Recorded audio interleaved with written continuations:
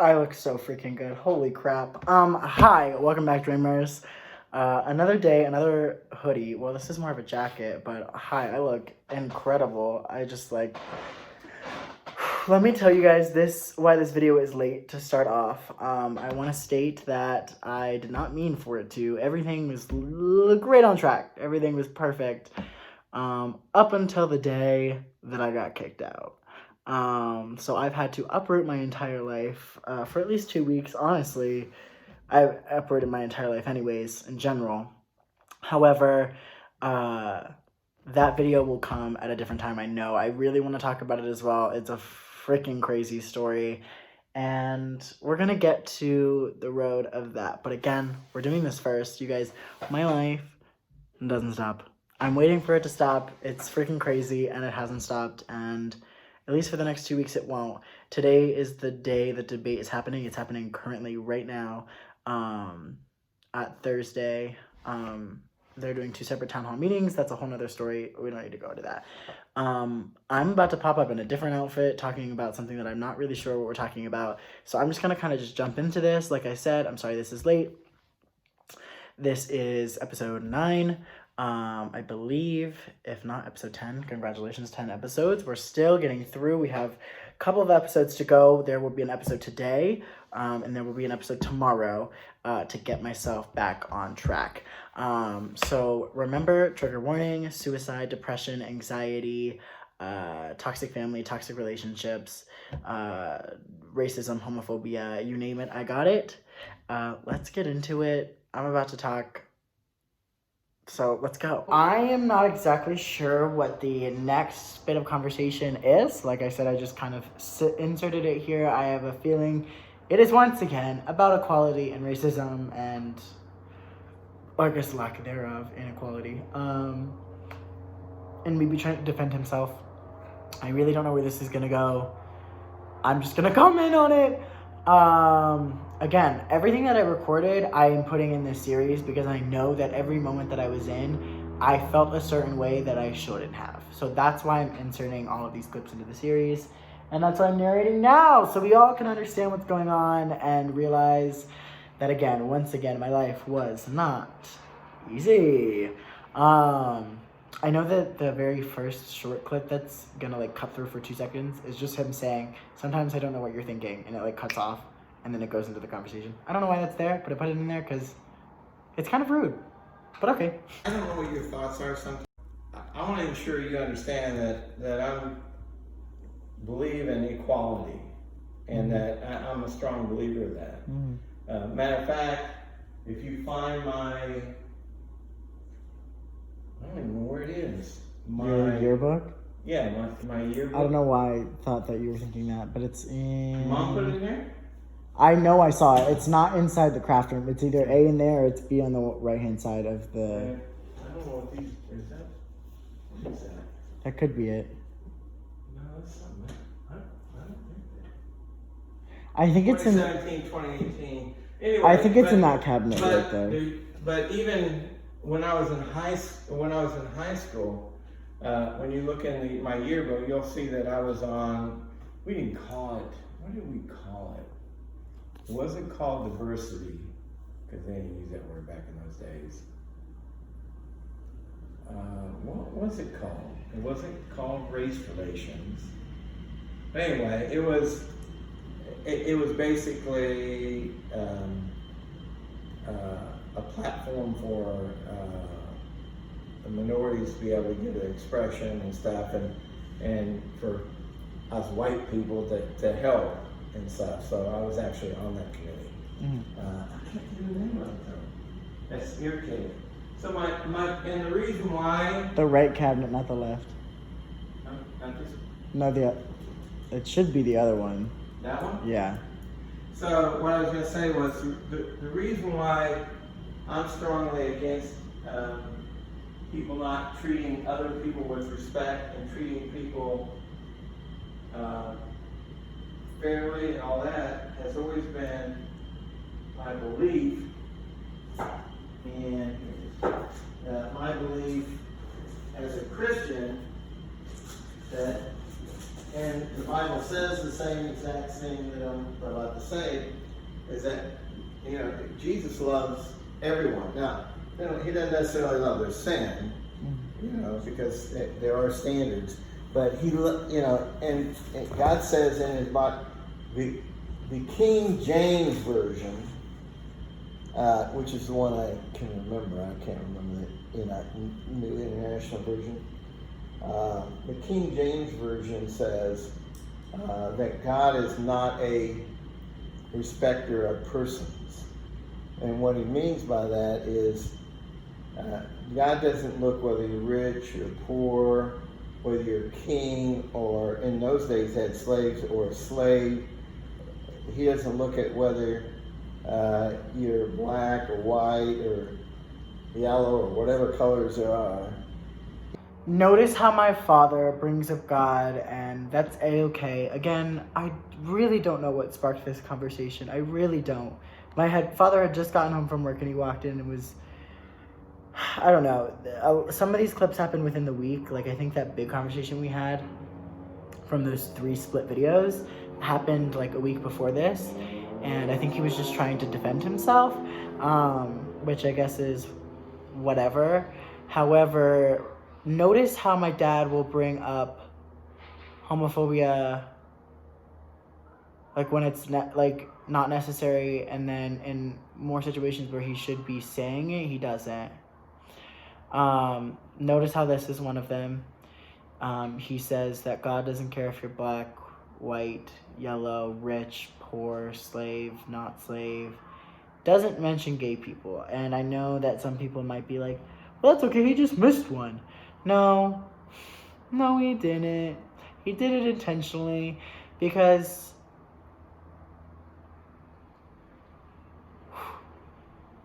the majority of the Christian population will do the same thing. And that is a hard pill to swallow, or a bitter pill to chew. One of those. I forgot what the phrase is, but regardless, I'm a Christian. I also have a Christian friend who, I believe watches this. I actually don't know her. I myself am Christian. I love everyone. I'm gay. I'm progressive. I'm not gonna put myself in a box. Like, if you want to call me whatever, call me whatever. Like, liberal, Democrat, I don't care. I really hate putting people in boxes. But a lot of Christians will avoid the topic. They won't even say they're, if you're on TikTok and you decide to put your religion out there and that's the base of your TikTok, and people ask you, how do you feel about gay people? Answer the freaking damn question. Because we really want to see how you are as a human being. Because if you do not support the LGBTQ plus community, you're not a Christian. You can say it as much as you want, but you are lying to yourself. Because it says to love everyone. And I don't want you to be like my dad would be like, I love everyone. No. There's a difference between loving someone and tolerating them. I know the Bible not as well as my father might, but I know that it says love thy neighbor. I know the mass content in the Bible is about love. And you can't walk around these streets saying this stuff. Like, you just can't. You can't. And I'm sorry that I'm saying this, and if you get offended, but we have to realize at some point that it's dangerous not to provide and support and help and love everybody. Whether that be race or gender or sexuality or, whatever. Black, white, trans, non-binary, pan, asexual, demisexual, gay, bi, straight. It's 2020 and I'm over it. I'm over it. Let's continue because he forgot it on purpose. It's also the forefront. When you're thinking of the like comparisons between people, you go male, female, black, white, gay, straight. Those are the ones that you come forward. No, slave would never come before gay. Like, no person in the 21st century would think slave first. Be like slave, not slave, gay, straight. No, they go gay, straight first. Anyways, let's continue. He looks at the fact that you're his creation. I wonder what happened to a bunch of these people. I'm sure you could Facebook them. Or was I different looking? Yeah, unfortunate. I'm glad Mom bought this. The one I used to have that was signed was destroyed in the hurricane down in South Florida and stuff. So, here's the clubs, I think. No, I didn't belong to Bell Bottoms. There was a club. They had a Bell Bottoms club. No. That's just someone they took a picture of. I was not part of. I know you probably think I might have been part of the library AV assistant teachers. That wasn't me. Campus life, no. Office attendance, no. Home economics. Now I was part of the math and science club. There's a picture of me. Did you take a trip? There I am up there. Did you take the trip? I don't recall ever taking a trip. And what I said, not one of the many trips. Yeah, I mean, I don't remember some. I do remember going to the Chicago Museum, so I don't know if that's. And I definitely wasn't one of the Centralettes who performed at halftime. New advisor brings changes. What's this one? That's the editor. Council helps me. What is this one? I wasn't part of the student council. I ran, but I was so terrible. I ran for council, but I did not. I wasn't in music. I was in Spanish club. There I am again. I was not in French club. Honor Society, I was in that. And there I am again. Let's see. I wasn't part. Okay, so this guy here, Hero. My first girlfriend's name was Geraldine. Okay. And Hero, when Geraldine and I broke up, she started dating Hero. They got married. I'm dead. Oh, this is it. Here it I wonder is. if they're still married. This was called the Human Relations Committee. Made up of HR. And made up of central students, both white and black, in a group organized to keep the relations between the different races of students from arguments such as in past years. HRC and their sponsorship of Mrs. Miller and Mr. Ray is not a well-known group around the school, but yet a very important one. Problems arising from between the different students have often been solved by their fellow schoolmates. The Human Relations Committee is asking anyone interested in a relationship of this sort to please contact them. So when you look at the picture, where am I in that thing? There I am. Hello, Mr. Geeky. And as you can tell, there's a big change. You know, was there the one thing I was trying to figure out the other day? I took 4 years of Spanish, and I'd have to go through it, but I swear I don't remember any any Hispanics in our school. I don't remember. There might have been, but I just don't remember. Okay, so I know this jump is like kind of confusing. However, we're all confused. So I don't know what the jump of the conversation was. I know what's coming next. Also, I know it's kind of boring. I'm bored. But like I said, every conversation that I have recorded matters. So as much as it might sound boring and I could have cut stuff out, I'm leaving it in because it's important, especially of how I felt in that moment. The next clip, I know it starts off weird, but I know he's about to talk about a firefight, I believe, that went on at his school. So we're still talking about his school and his like influence, I guess, in the HR group that he was a part of, which was supposed to be like the anti-racism kind of group. So yeah. And I heard all this yelling and screaming and all this stuff, and I'm going, you're like, what's going on? So I come down the stairs, and I'm standing here. To the second floor? Yeah, middle, not down, it's kind of like you walk down here, that little platform, and then you walk down, and that would be second floor. Yeah. And I'm right here, and I'm saying, oh, I bet you 100 white guys and 100 black guys coming like this at each other. Oh my God. And I mean, they were going to town. And it's like, oh no. This isn't Mike gonna go down there and try to stop all these crazy people from fighting. I went back up. A couple people.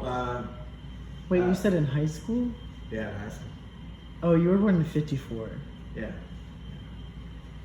So you were... I didn't graduate till I was 19. Did you ever watch the news? Yeah, of course. Did you watch the news in 1969? 1969? Yeah. Let's see, I would have been 15. I may have. Do you remember the Stonewall riots? The what? The Stonewall riots? No, I don't remember those. I mean, I do remember a lot of riots. I remember the Watts riots in Southern California. That was a crazy time. I mean, they were burning everything down to the ground. So I do remember the Watts riots. I don't remember those. Let me put it that way. During that period, there used to be a decent. So it's funny because people's. I don't think it's gonna close. I don't know why it's doing that. If that clicks, that should hold it. Yeah. What's funny is, since the beginning of time, there have been one set of group fighting against another set of group, always. And what always gets me is, God created us all. Why can't we just get along?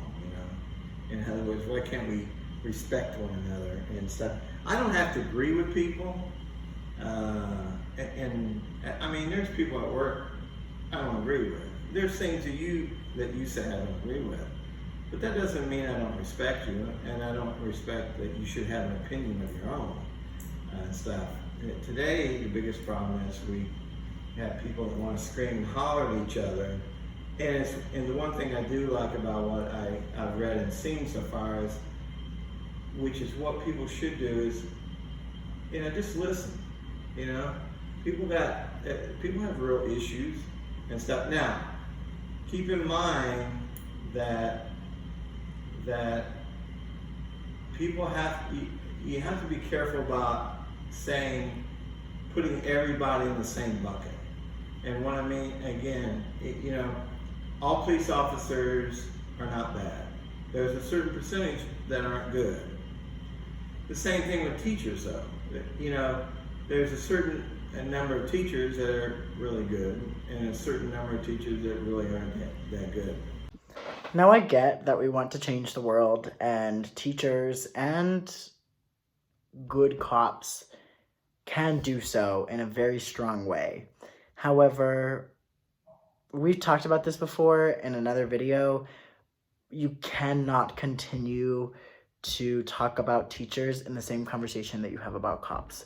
They're two very vastly different jobs. They both can both change the world. However, that's just not, they do it in different ways. You know, one has a gun, one doesn't.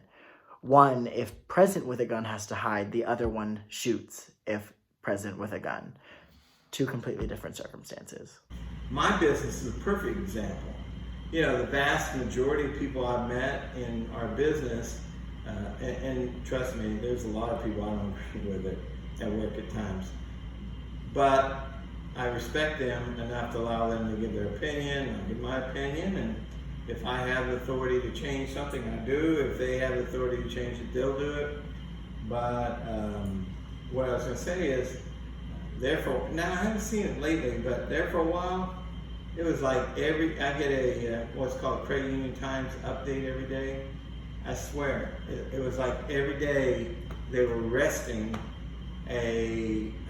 someone at some credit union who had embezzled money, had stolen money, and it's like, that's just terrible. But my point is, in every profession, in every religion, in every ethnicity, I believe the vast majority are good people, and there's a certain element that are not good, for a better terminology. That's the reason why, you know, black minorities, you know, they have, and you know, it's sad that people.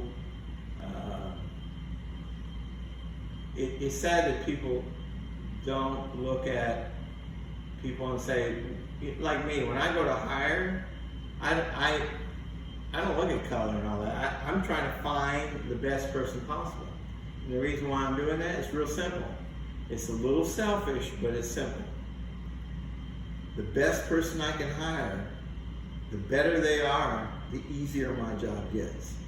If I hire someone that can't handle the job, then what happens is I have to spend more and more and more time with them to try to get them up to speed.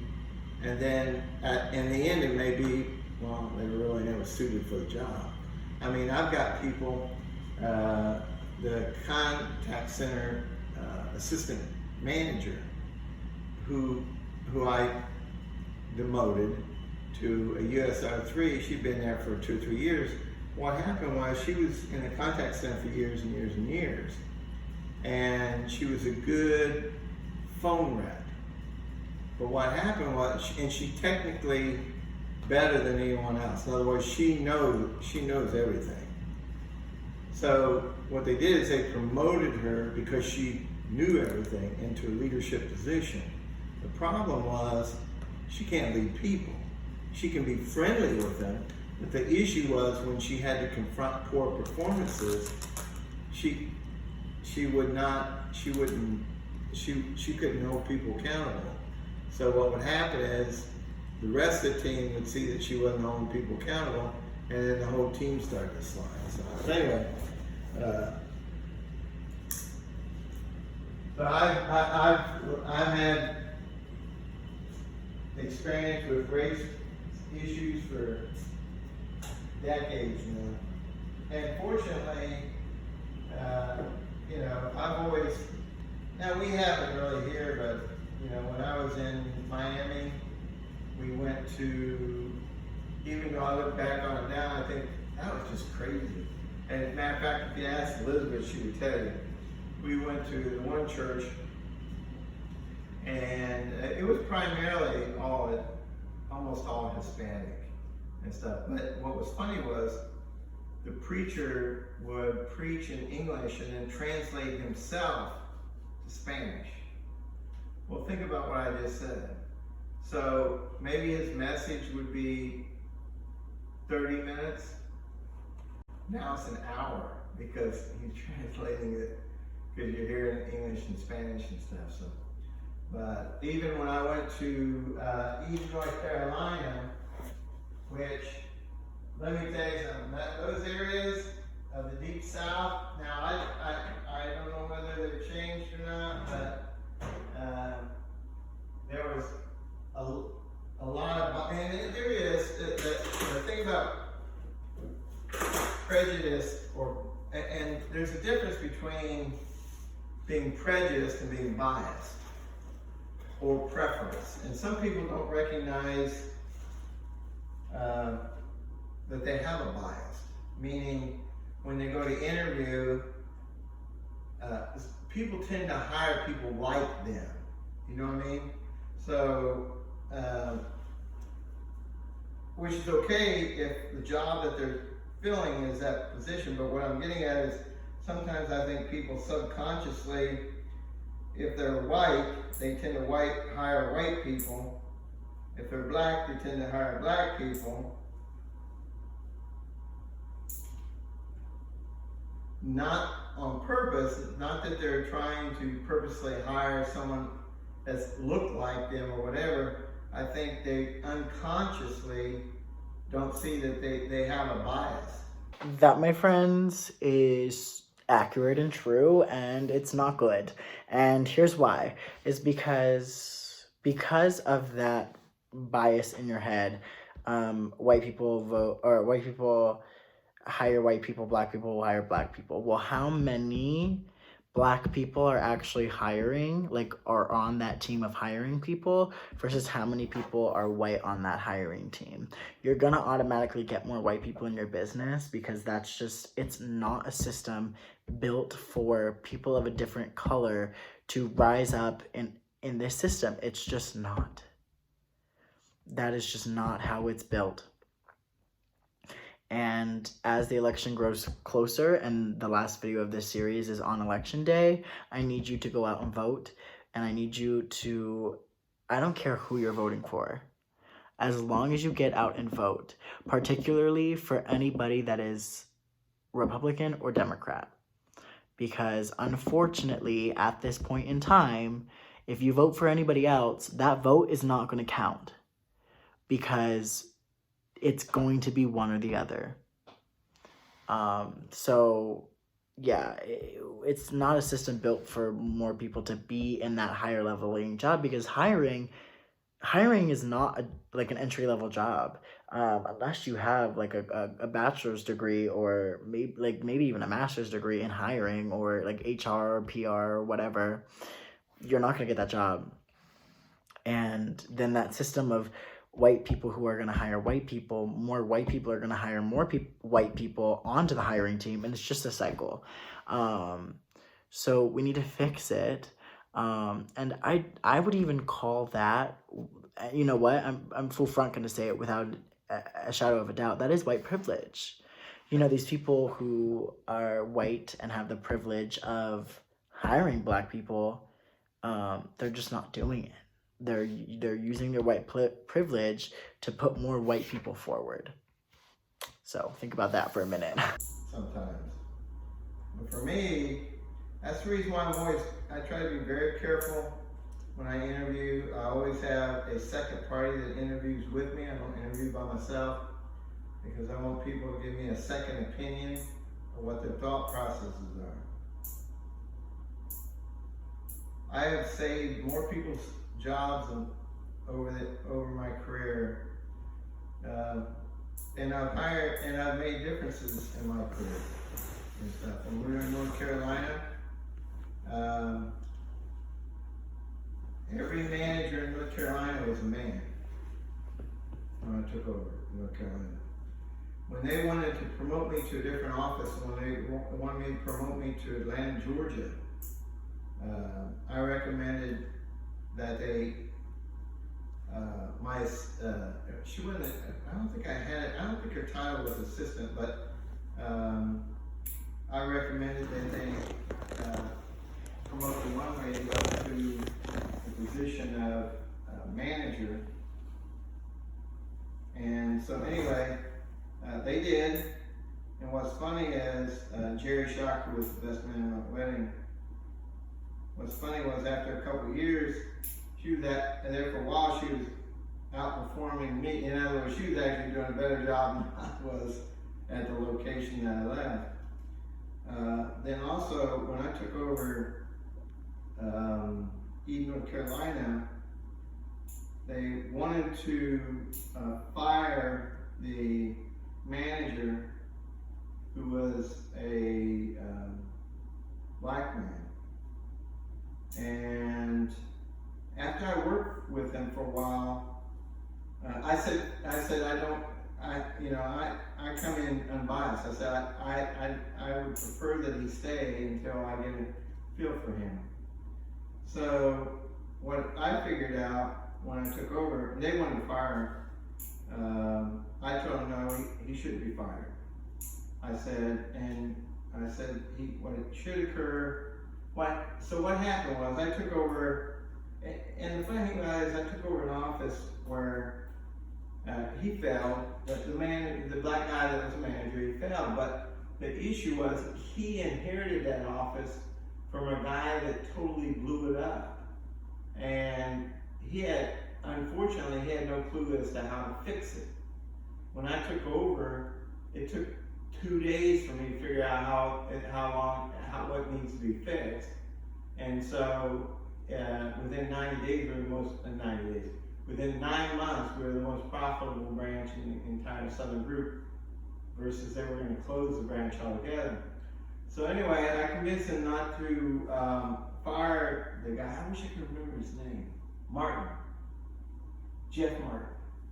So, matter of fact, I should see if I can find him on Facebook or something. So they were going to fire Jeff. I told him no. I said, look, you put him in you have an unexperienced manager, and you put him in a really pit hole, and you want to fire him. I said, what you need to do is give him another chance. And they did give him another chance, and he ended up being a successful branch manager after they gave him another chance at a different branch. I know this is not what you guys are expecting. Honestly, it's not what I was expecting to be in this video, just because it's been a minute since I've sat down to record. I didn't think this was the clip we were going to be watching, but here we freaking are. And yeah, it's just this one's back and forth. It's the mix of good and the bad, and the saying the correct things and saying the wrong things, and being slightly on the edge of whatever. And it's not as exciting, but I continue to say everything that I recorded is important. And let me tell you that this might be a in-between video, because what comes next is going to get more intense again. So that's why this calm video is in here. I'm giving you guys a chance to settle down, because you're going to want your popcorn and your candy next time. And what happened was, and my reasoning to them was the guy that I replaced. So what happened is there was this one guy who came in and did all kinds of stupid stuff. Then they brought in the guy from Greensboro, and I don't remember his name, who was a quote-unquote expert on getting delinquency under control, all that. And after, I think 30 days or something like that, they ended up, for a branch that's supposed to have 4 or 5 people, they hired 6 more people to do collections. And so when they brought the guy, so they brought this manager down to Greensboro, he said, I can't fix it. I don't want to be here no more. I want to go back to the branch I came from. So that's when they said, Mike, do you want to go? Yeah, heck yeah, I'll take the job. And part of the reason why every time they did that, they gave me a 10% raise. So it's every time they raise, okay, I'll take it. So, but when I took it over, like I said, it because of my experience of turning around the other branches, I knew exactly what was the issue, and I didn't have any problems. We became the most profitable in 9 months. Our delinquency went from some ridiculous number, I don't remember what it was, to under, well, you wouldn't know what delinquency percentage is about, but it was one of the better ones in the Southern Group. But my point to that is, I could easily went along with the group and said, hey, go ahead and get rid of this person.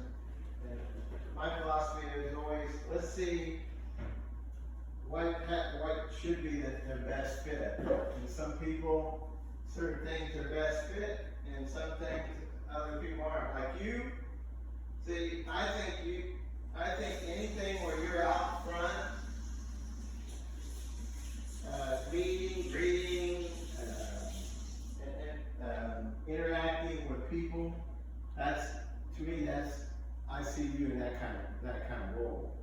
Where I don't see you as an accountant, you know, in other words, sitting and doing numbers all day long. Not that you couldn't do it, but I would share with people that, look, if I had gone to that side of the board and worked really hard, I might have been an average accountant. That's the best I could have been. But what I do now, I think I do a fairly good job of it. And again, when I was with Beneficial, I forget how many awards I won. 11 or 12 in a 19-year period. And probably would have won more, except they moved me around so much, so it's hard to win an award when you're moving. But anyway, all that is to say that I can appreciate where you're coming from when you go march and stuff like that, because I've always believed that people should stand up for other people and stuff. So now I'm still not into, what is that thing you do? That social media platform thing? YouTube? No, the other one. TikTok? Yeah. I'm not into TikTok. So. Why? Because that's not me. Just because it's not you doesn't mean you don't have to just... If I were your age, I probably would have been into it, because when I was young, all you gotta do is look at my yearbook. I bet you I was in 10 clubs and stuff, because I like being around people and things like that. So what else have you been looking at in Denver? Nothing yet. For jobs? Yeah, see, here's the tough part. The tough part, if you can get a transfer. Yes, that's the end of the video. Why? Because none of the rest of it mattered. And here is a couple of thoughts. I feel as though this video might have been a weird one to watch, but as I was watching it, I don't know if you noticed, but I feel like everything that he said had a counter to it. Like, especially at the end, you can see, like, I love you marching. However, I don't like the other thing that you're doing. And then he would try and back it up and be like, even though when I would be younger, I probably would be into it because I was in a bunch of clubs. I'm very successful on TikTok with all 15,000 people who I effing love. My TikTok is in the bio, so if you have not, go check it out. I post a lot there. Some more updates on everything going on in my life more quickly. So yeah, and then he goes into asking me again about Denver and jobs and all of that jazz. And like I said, like he always brought that up the past couple of months, like making sure that I was on top of making sure that I was gonna get money.